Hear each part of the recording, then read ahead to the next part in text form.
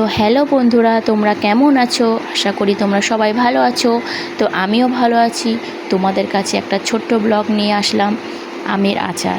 তো দেখো, আমের আচার করতে হলে প্রথমে আমাদের এটা গাছের আম পেড়েছি। পাড়ার পর এটাকে আমি সুন্দর করে ভালো করে ধুয়ে আমি এটাকে কাটার পর তো নুন হলুদ দিয়ে ভালো করে মাখিয়ে রাখতে হবে সারা রাত। মানে রাত্রেবেলা রাখলে খুব ভালো হয়। তো রাতে আমি সারা রাত রেখেছিলাম। রাতে রাখার পর ওটা নুন আর জলটা বেরিয়ে যায়, ওটা ভালো শুকিয়ে যায়। পরের দিন আমি কি করলাম, এটা আমি ছাদে রোদে দিয়েছি। দেখো, রোদে দেওয়ার পর এটাকে কি সুন্দর দেখতে লাগছে।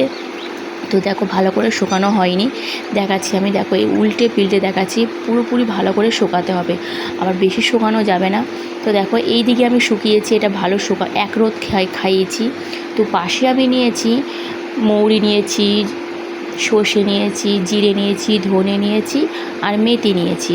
তো সবগুলোকে আমি কি করব, মিক্স করব।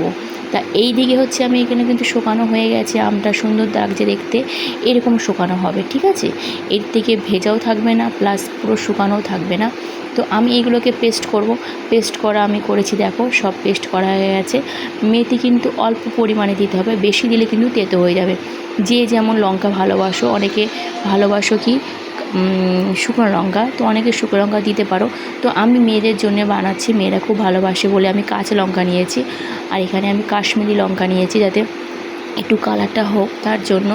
আর এইদিকে আমি কি করেছি, উনানের মধ্যে আমি হালকা তেলটা, সর্ষের তেল দিয়ে করতে হবে অবশ্যই। সর্ষের তেলটা হালকা গরম করে নিয়েছিলাম। নেওয়ার পর আমি এটাকে আমি সব মশলাগুলো আমি সর্ষের তেলের মধ্যে মিক্সড করলাম। তো দেখো, প্রথম কথা হচ্ছে আমি এই রাত 12টার সময় আচারটা করছি, কারণ মেয়েরা সবাই ঘুমাচ্ছে। তো সেই সময় আমি করছি, কারণ মেয়েরা থাকলে আমি কিছুই করতে পারি না। দুটো মেয়ে তো খুবই জ্বালায়। যাই হোক, জ্বালায় মানে কি, ওটাই আমার সবথেকে ভালো পাওনা। আমার মানে ঠাকুর আমাকে দিয়েছে 2 মেয়েকে, আমি খুব খুশি হয়েছি। আর আমার মেয়েরা ভিডিও করতে খুব ভালোবাসে।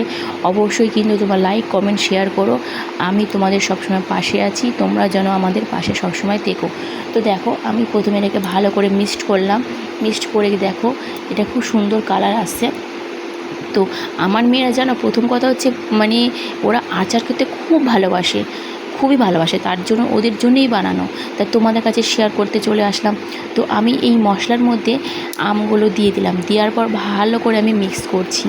মিক্স করার পর আমি দেখছি এর মধ্যে আমি দেবো জোয়ানটা কিন্তু খুব ভালো মুখে মানে মুখের মধ্যে যখন পড়বে না জোয়ানটা, খাওয়ার সময় ভালো লাগে। তাই এর মধ্যে আমি কালো জিরে দেবো, ভালো লাগবে খেতে। তো আমি এগুলোকে ভালো করে মিক্সড করব।